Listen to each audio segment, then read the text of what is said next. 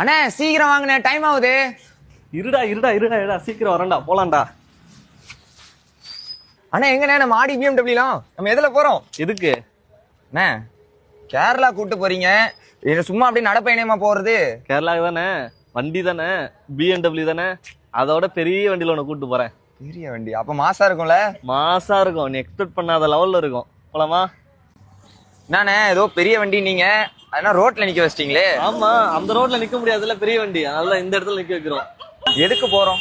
நம்ம பிஎஸ்சி ஸ்நாக்ஸ்ல எல்லா ஊருடைய ஆத்தென்டிக் அண்ட் ஸ்வீட்ஸ் ஸ்நாக்ஸ் நம்ம கொடுக்க போறோம்னு சொல்லியிருந்தோம்.